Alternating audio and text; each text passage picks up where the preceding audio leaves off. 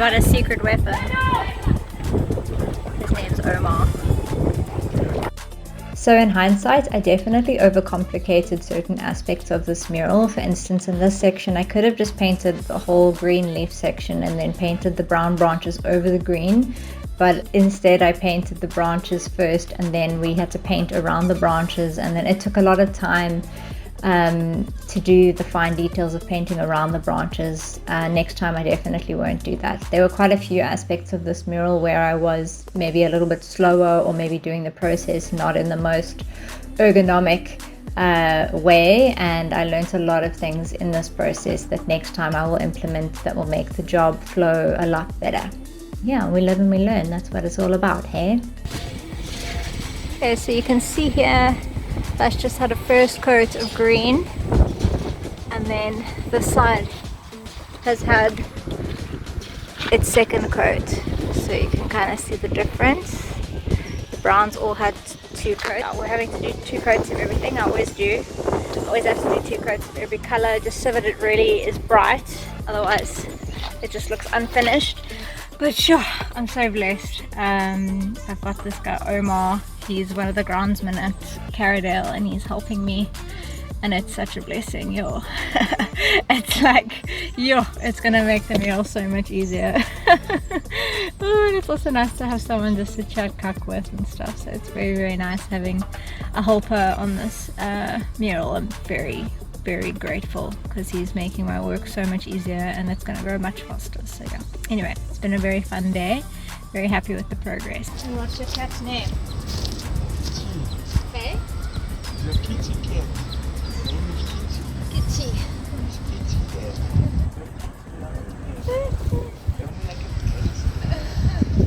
Kitty. The next morning. I'm really on top of things. I actually am. I'm doing great, but there's just always things that fall through the cracks. I needed to take footage off my phone yesterday, and I need to leave now, so I'm not gonna do that. Anyway, I dilly-dallied a reasonable amount this morning because I'm feeling a little bit flu-y. It's probably just because I'm working at a primary school and my immune system's not used to that. Yeah, it was quite rainy this morning, so I've given it time to dry out, and now hoping that the wall will be fine and I can get like a good 3 to 5 hours in this afternoon, so it's still worth my while going.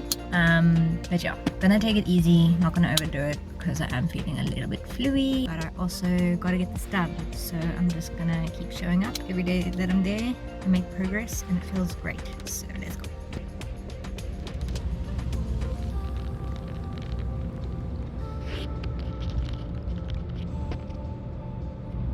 So when I freehanded the concept onto the wall, I ended up drawing the girl taller than she is in the concept art, and I gave her legs, but I didn't end up liking it, and it was kind of messing with the concept, with the artwork, especially since the wall was shorter than I had originally designed it for. So I ended up painting over her and then repainting her at a much later stage in the process.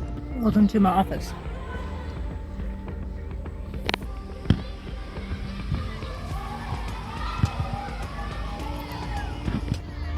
A few weeks ago I did another mural, and I bought the paints for this job then, so I can't actually remember what colors I bought. So we're going to play a fun game now where we're going to open the pots and discover together what colors I bought.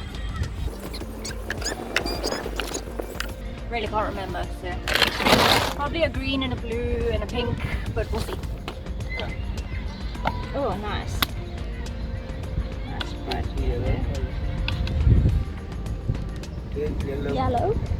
Oh, nice. Turquoise. Okay, then I'm assuming pink and green? Not sure. Should probably shake it before I open. Yeah, nice. Yo. That's pretty. That's a line reached pink. And then That's a reached pink. yeah. So I can't remember because I had a lot of red and I knew I didn't have that much green. I had a lot of purple, so I'm assuming it's green, but we don't really need that much more green, so I don't know. Oh, your green is finished. Yeah, it is green, yeah. Okay, so we got more green. Okay, cool. I love this pink. That's beautiful. Okay, so here I was just mapping out the background colors that were going to have the different little slogans on them. So I just needed to paint the background each individual color. That's why we were just going through the colors to kind of decide how to map out the background. And again, it was so cool to have Omar to help me, because I just drew the lines and marked which color I wanted there, and then he went and color blocked for me, which was a huge help.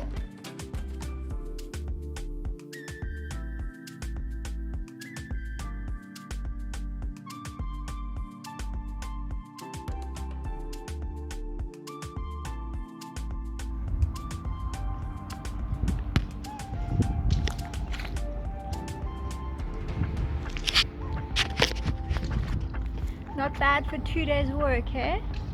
But I do have my secret weapon. So over the weekend I did some prep for my workshop that I was going to do in the next few weeks with the girls. It's called The Power of Potential as well, and we used the metaphor of the mural and we applied it to our own lives. So this was a little worksheet that I created for that workshop. And then I also did some prep for another workshop that I hosted at Kaya Cafe, which was called Art for Inner Alchemy. It was a really awesome experience. 3 days later. Another day, another dime. And I'm feeling fine. It's Monday, we're back at the wall.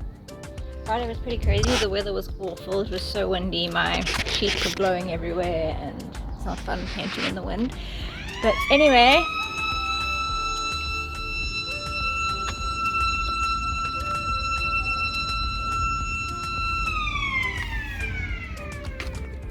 that's apparently a school bell. Crazy. I would have mad PTSD if I went to a school with a ball like that. So just busy removing all the snails off my wall.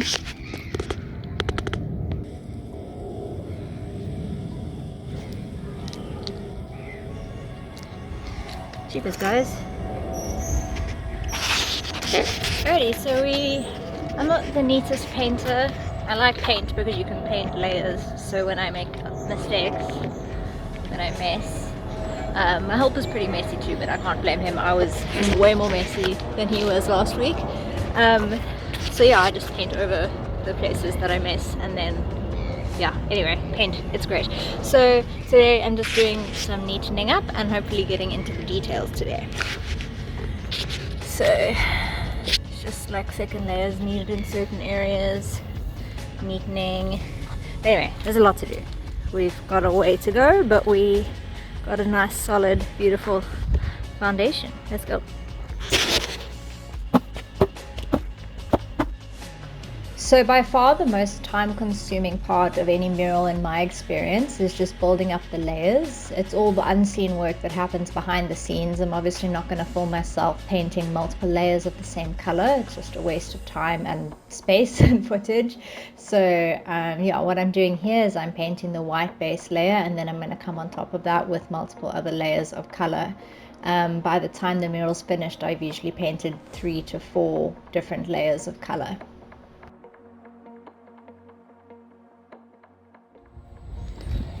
What up, my guys? So it's lunchtime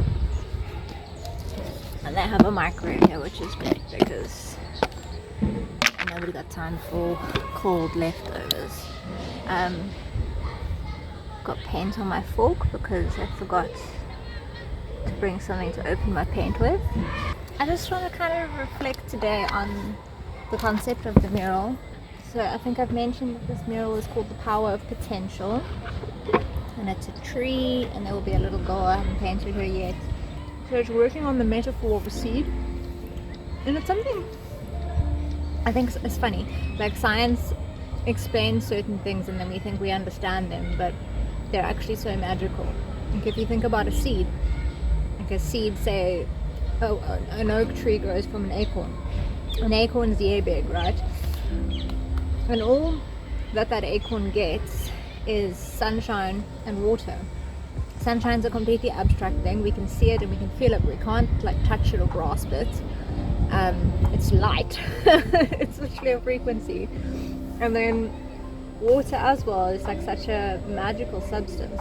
So, and it seems like so simple, it's just water, right? But no, it holds so much, because an acorn becomes a fully grown oak tree, like just through sun and water and soil. It's like, it's so hard to put into words, but like, it blows my mind, the things that a seed can do given the right support and environment and nourishment. And every acorn, obviously this is just the metaphor, I'm just using an acorn as an example. Every acorn holds within it the potential energy to become a fully grown oak tree, like a huge giant tree, my guys. But if you look at a little acorn, like, it's like, it blows my mind. And that's why I'm loving this concept, the power of potential, because I love the idea of potential energy. It's something I've been very intrigued by for quite a long time. The whole tree is there, you know, just like the egg and the sperm. All of the information is there. Once they come together and they sit in the uterus and they start growing, a whole human being, like a whole human,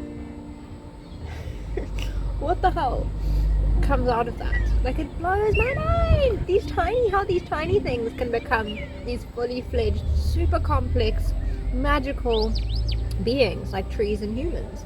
But yeah, so like potential is all about, like, it's always there, but it needs time and it needs space and it needs nourishment in order to bloom to its full potential. And I love that metaphor with regards to human beings, because we all have potential within us, but if that potential is not nourished, it won't be reached. So that's why I'm quite keen to do this at a school and work with primary school learners. It's quite cool, actually. I'm working with the grade 7 girls. At the end of this year, they're going off to high school, so it's really good timing to be workshopping their individual potential. The whole idea of the workshop is going to be, what potential do I hold as an individual? What potential hurdles will I face on my journey to reaching that potential? What solutions can I develop, or tools can I have in my toolkit? What solutions can I brainstorm to overcome those hurdles in order to reach my full potential and become the being that I know I have the potential to be? In so many words, I am really just trying to express my utter awe at potential and the power that potential has to unfurl like a plant, given time and space and nutrients.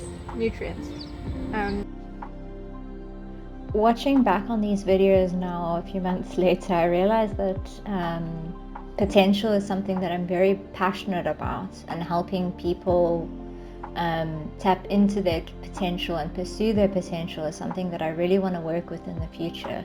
So I went on quite a little monologue about it here, but I'm not going to put it all here, otherwise the whole video is just going to get taken up by me talking. So if you'd like to watch the full monologue, I will upload it on my other YouTube channel, Ashtree Growing, where I post more like behind the scenes, less refined videos, and you can check it out there.